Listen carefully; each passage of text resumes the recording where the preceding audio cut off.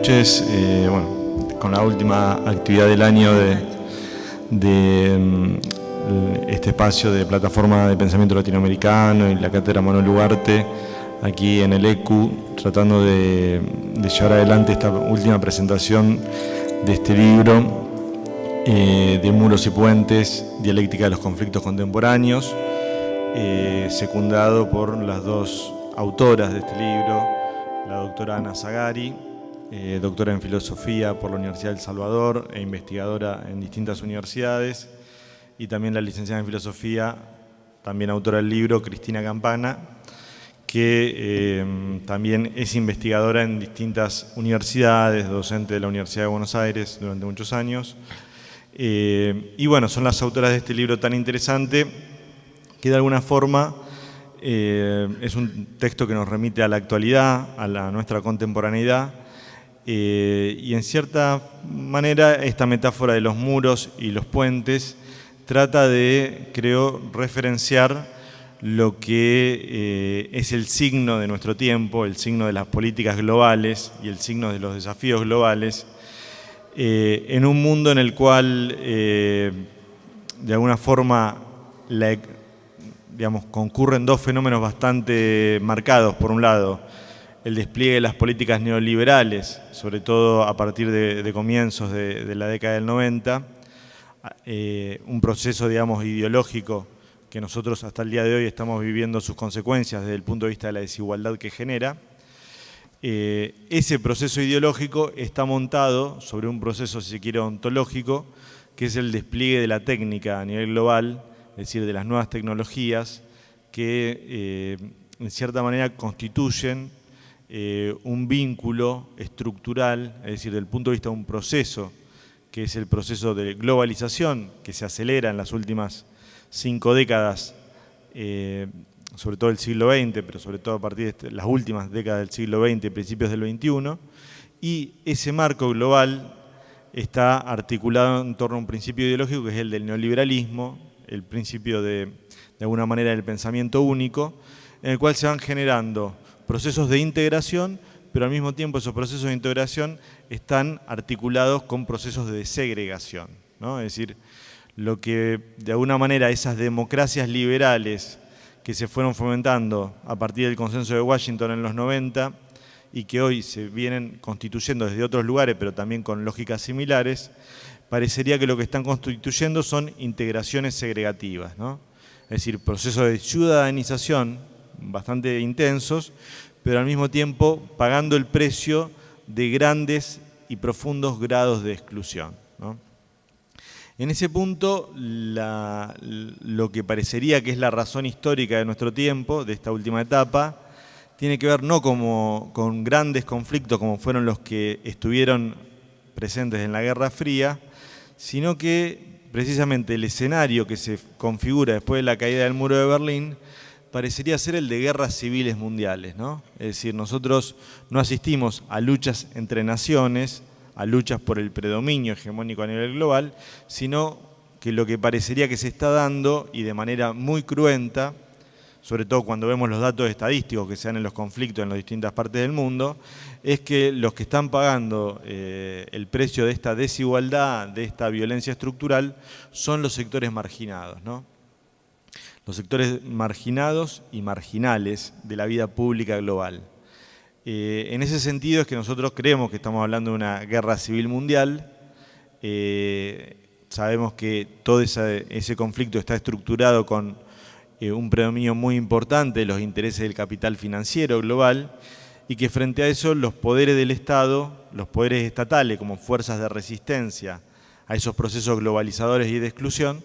parece que cada vez tienen menos margen de maniobra, ¿no? Tienen menor capacidad de gobierno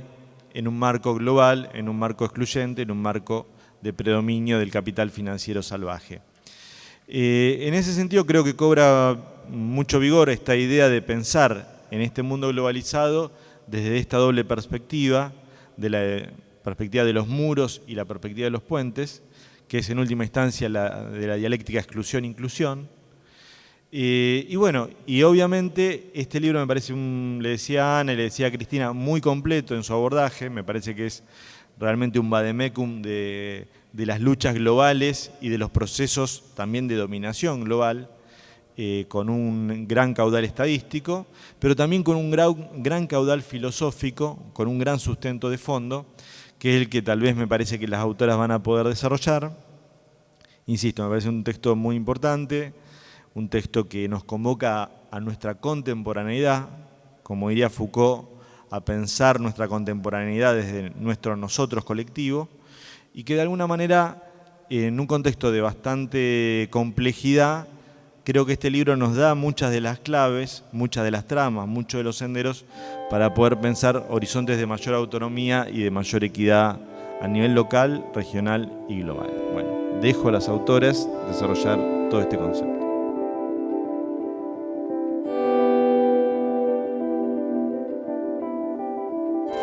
Este libro se escribió a 4 manos, ¿no?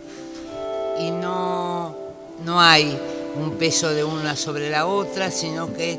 cada línea fue discutida, fue trabajada, si bien, bueno, algunos vimos una parte, otros otra, pero es un libro que, digo, rompe con toda una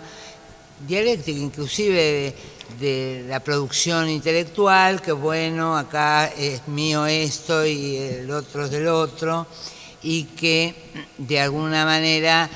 marca una cuestión de individualismo al cual pretendemos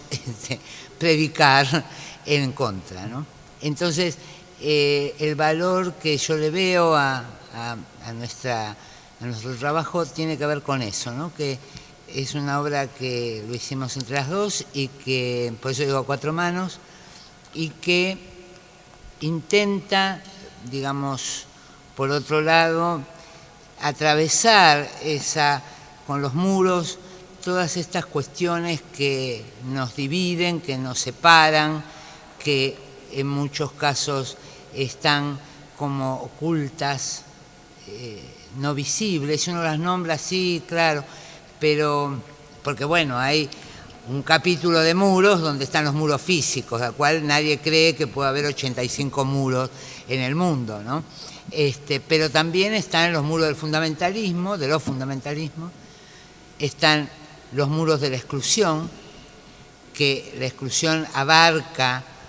obviamente, en absoluto todas las diversas exclusiones que sufren y sufrimos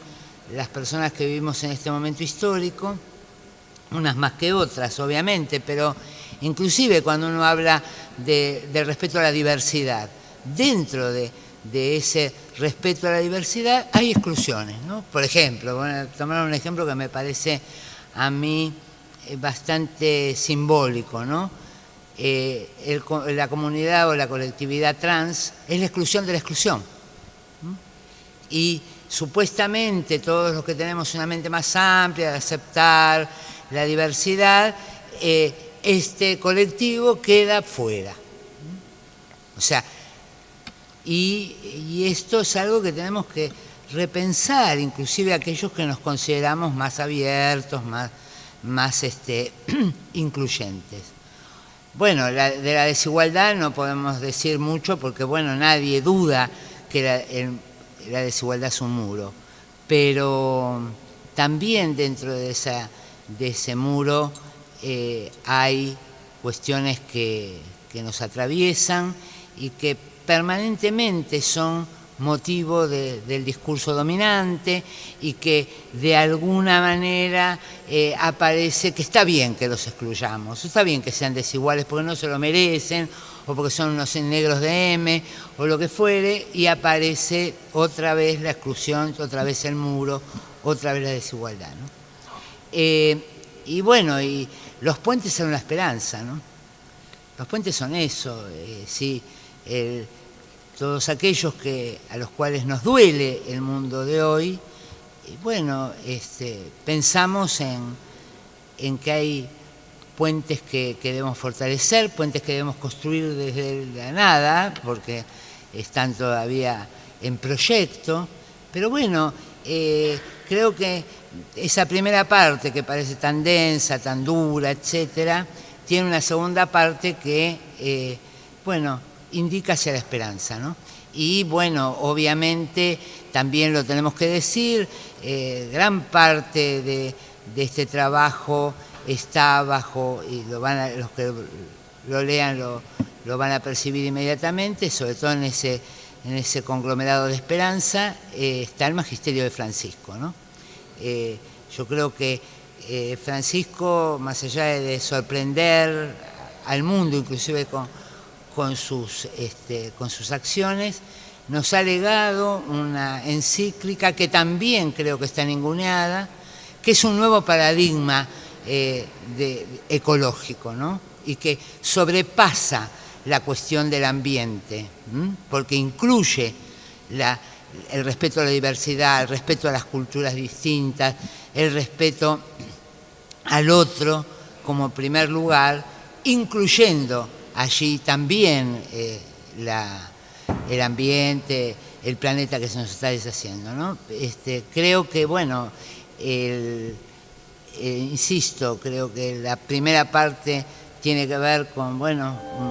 dura descripción del momento histórico, por lo menos de las cosas que nos parecen más importantes, y la segunda, insisto, es la esperanza, ¿no?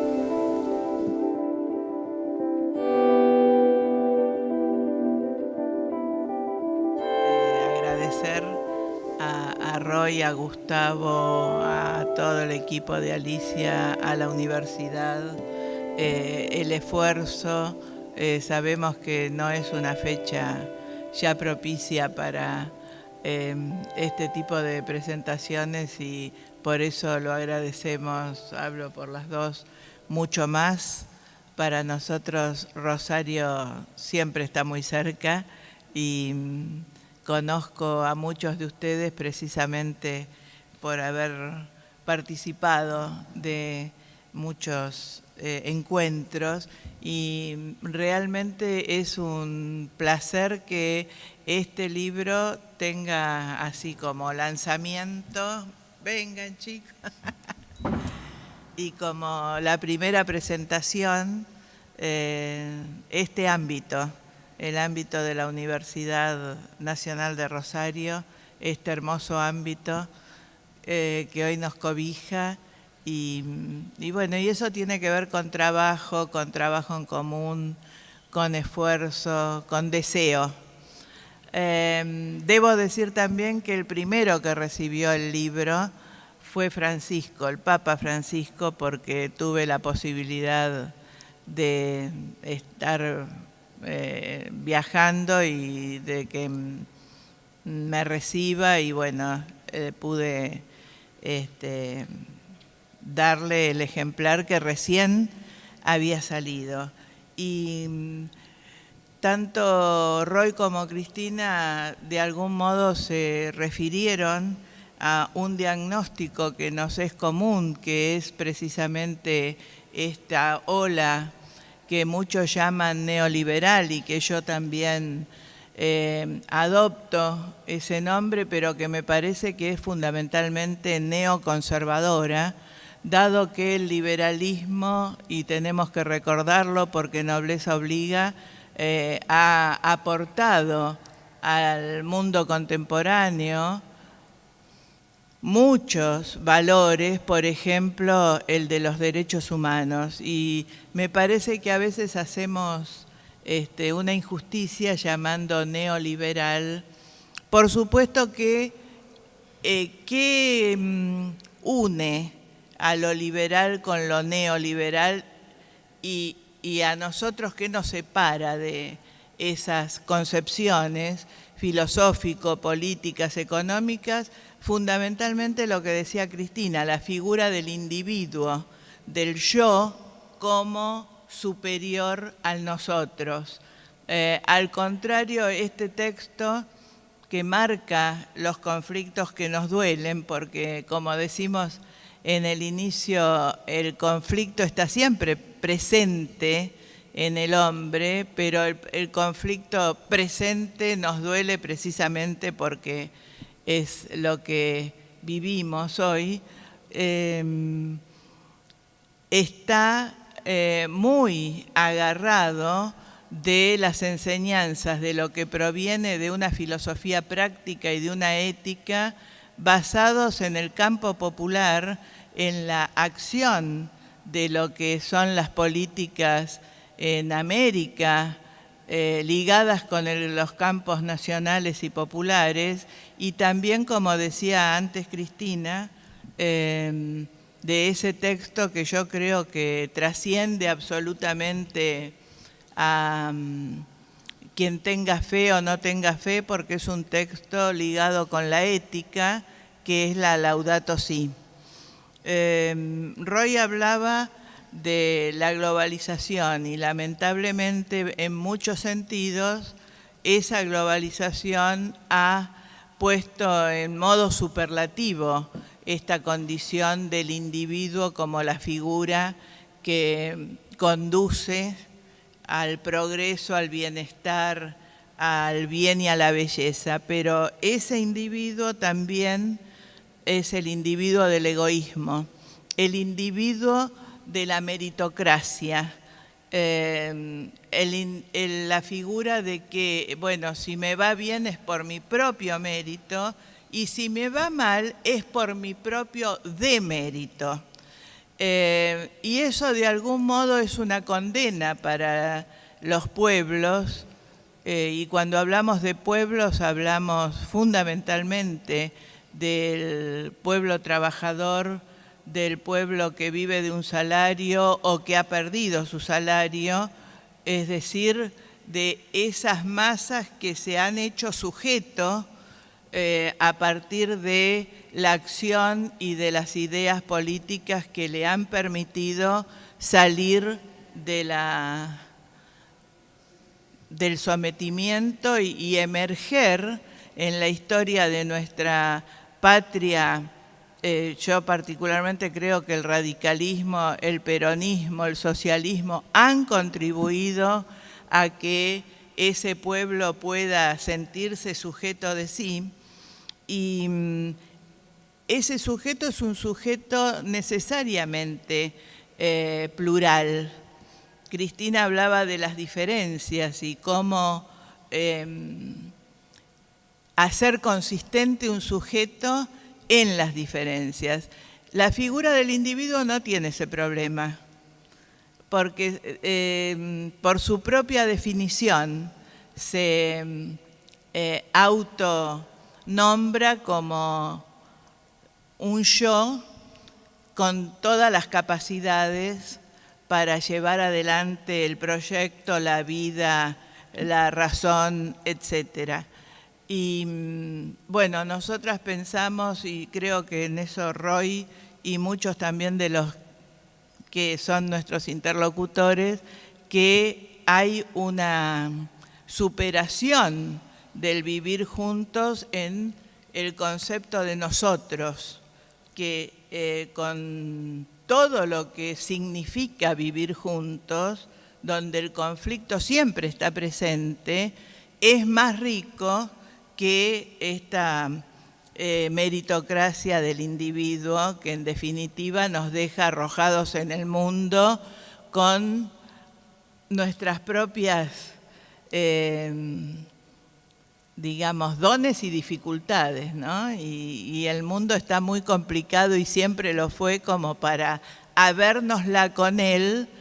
desde esa individualidad.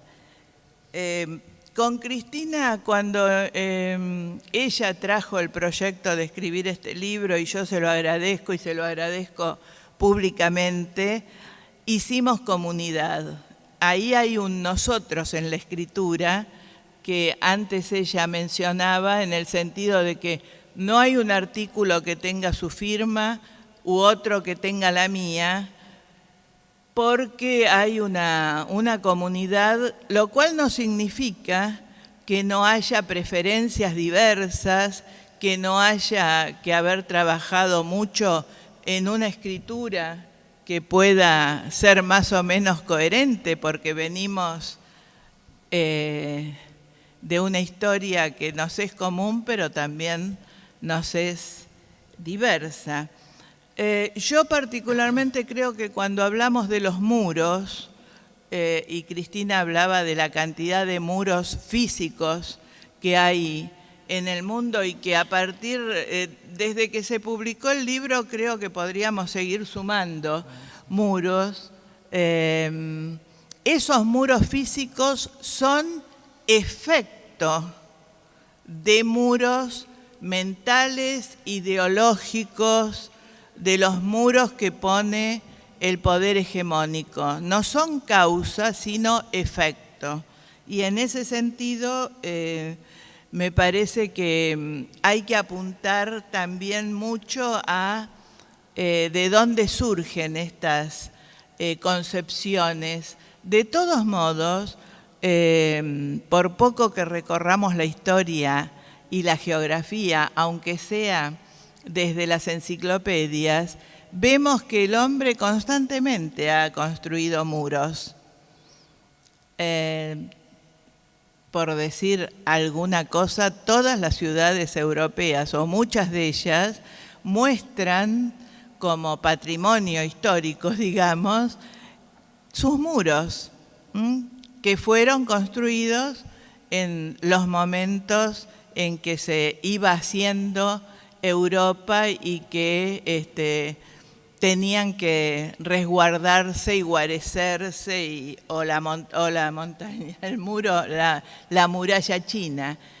Eso no significa que sean el parteaguas de lo que quiero para mí y de lo que no quiero para el extranjero. Porque en definitiva esa es la cuestión, ese es el dilema. En nuestro libro, y gracias al editor, hay un pequeño, no diría chiste, porque es tan real que no es un chiste, pero un cómic, podríamos decir, que voy a leer. No creo que vean ustedes la figura, pero hay un señor grande,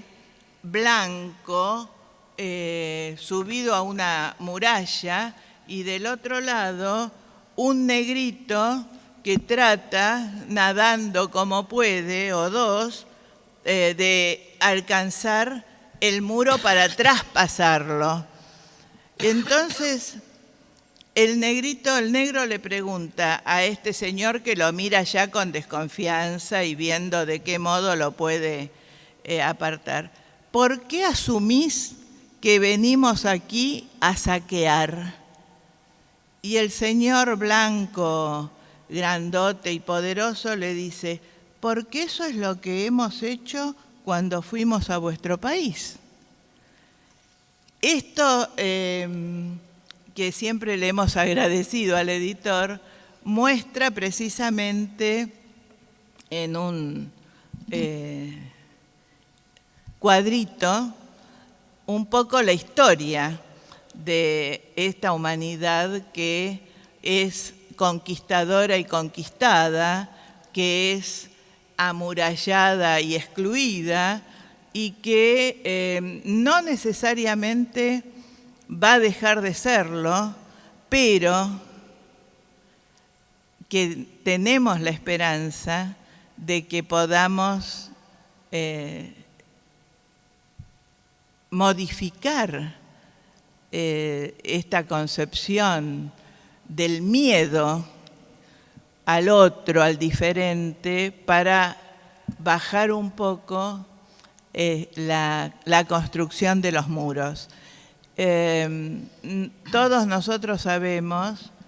que Hobbes decía que el Estado se creó porque el miedo respecto del otro y del saqueo que el otro puede ejercer sobre mí, sobre mis bienes, no se resuelve en el cuerpo a cuerpo, sino que tiene que haber alguien que dirima la cosa. Y que ese miedo es lo que ha producido la cuestión del pacto, del contrato, porque el vivir juntos era imposible en ese estado de gran igualdad, de gran libertad, pero también del acecho de la muerte. Bueno, esa es una figura que, como ustedes saben, Hobbes es el creador, el filósofo del Estado burgués. Nosotros recuperamos también esas lecturas, pero de alguna manera creemos que pensar en la comunidad, que no es como vulgarmente se define la común unidad, eso es algo fácil porque está aparentemente en el texto, sino que es un vivir juntos en el deseo de la vida y también en el acecho de la muerte, y cómo resolver sin contrato, sino con el deseo de seguir viviendo juntos, esa posibilidad. En ese sentido, entonces, hay como un dilema, ¿no?, en nuestro mundo contemporáneo. Roy hablaba de que en esta globalización lo que prima es el pensamiento único. Y yo muchas veces escucho a nuestros gobernantes, fundamentalmente a nuestro presidente, decirnos que el camino es este, que no hay ningún otro camino. Decir eso para convencer, digamos, de que estamos en el buen camino, es hacer uso del pensamiento único. Siempre hay otros caminos, porque de lo contrario, la humanidad hubiera fenecido, hubiera desaparecido, porque hace muchos esfuerzos para desaparecer, hace mucho tiempo ya. Y sin embargo, hay recovecos, hay diagonales, hay posibilidades de otros caminos, de otras formas de pensar, de otras maneras de vivir juntos sin que la gran mayoría esté sometida a los dictámenes de un poder hegemónico que en principio llamamos neoliberalismo y que yo insisto, para mí es neoconservadurismo. Vemos en el mundo que esta corriente que comienza, como ustedes saben, con Thatcher y Reagan, se impone. Sin embargo, aparecen también formas de la esperanza, por ejemplo, en México, hoy, y eso significa que el pensamiento único no es tan homogéneo, tan cerrado y tan poderoso como para perpetuarse en esta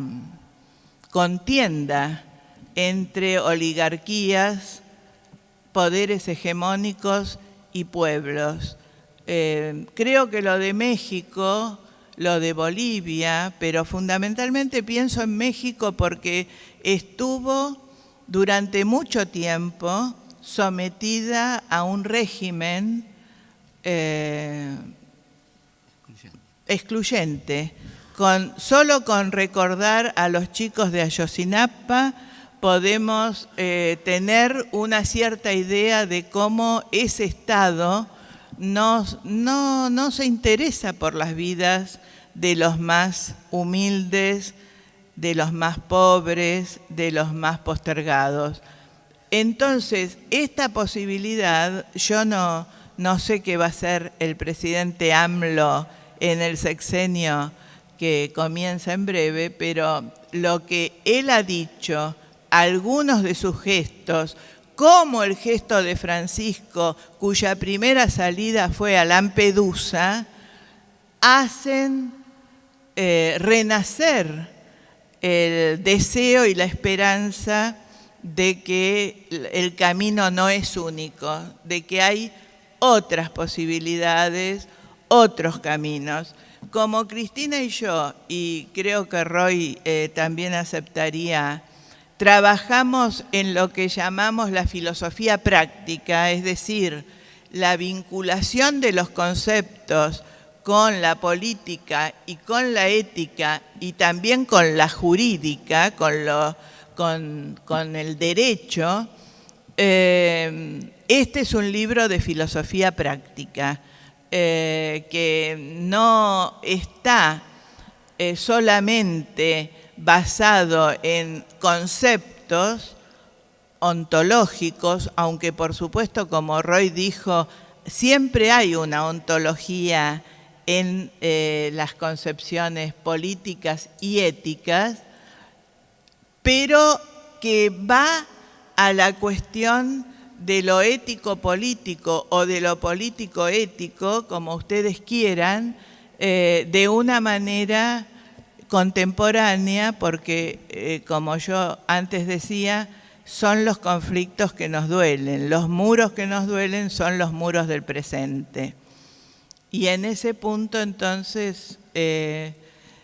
me parece que hemos podido hacer un cruce entre un marco teórico y una investigación exhaustiva de cómo los muros pululan por todo el mundo, porque no es solo el mundo occidental, que aúna esas competencias, ¿no? La de la política concreta, la de la ética y la de una propuesta que también tiene ejemplos concretos, y no voy a hablar solo de Lampedusa. Pensemos, por ejemplo, en Barenboim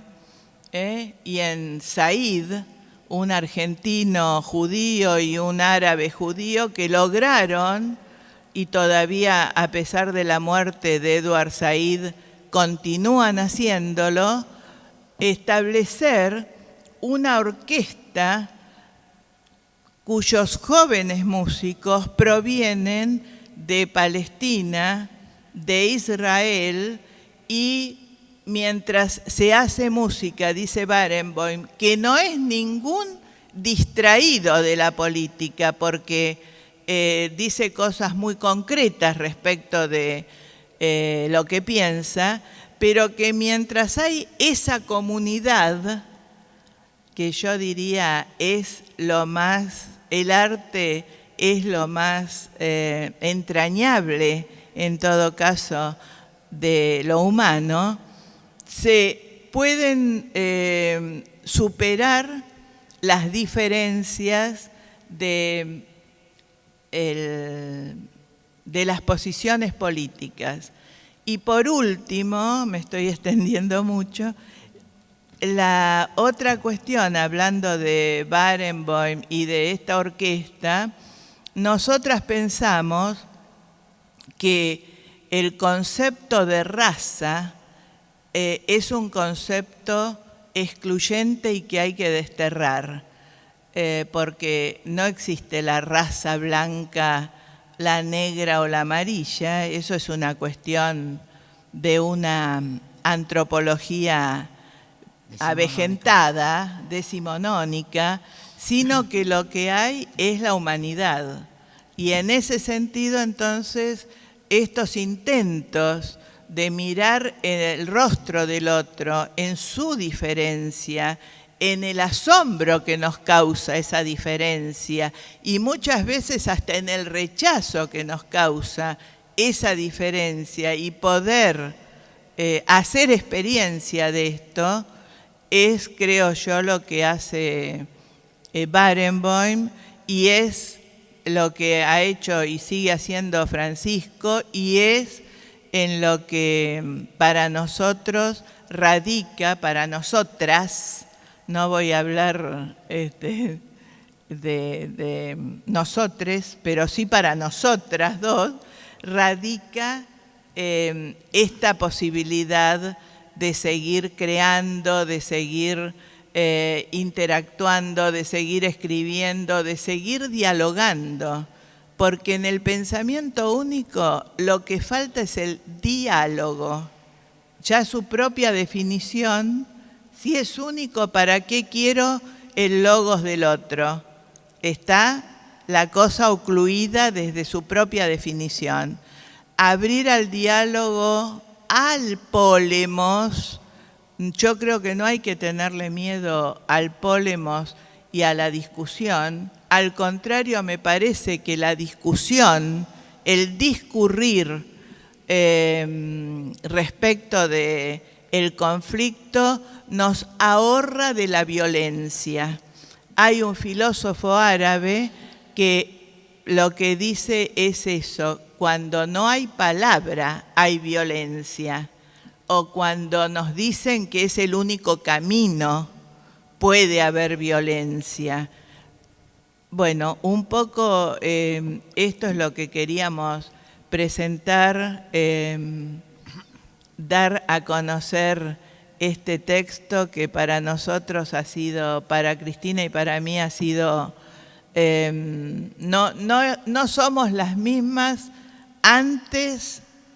durante y después de la escritura. Creo que la escritura es también un lugar de creación como el arte, y que a veces nos sentimos muy agobiados por el malestar cultural, económico y social que nos atraviesa. Y sin embargo, bueno, la creatividad, y eso nos lo enseña el pueblo, ¿no?, con su creatividad inmanente y permanente, es lo que nos posibilita construir un futuro que no sea una utopía. Porque las utopías, con esto termino, las utopías también están llenas de sangre hasta lograrlas. Y de sangre no queremos más, ¿no? Queremos construir un futuro que podamos tocar con las manos y que no necesitemos de generaciones sacrificadas para llegar a ese lugar ideal, sino que el presente sea ese lugar para nosotros mismos y para las generaciones que amamos, nuestros alumnos, los hijos, los padres, los sobrinos, los amigos. Es decir, ahí es donde la comunidad se hace efectiva, se hace realidad efectiva. Gracias.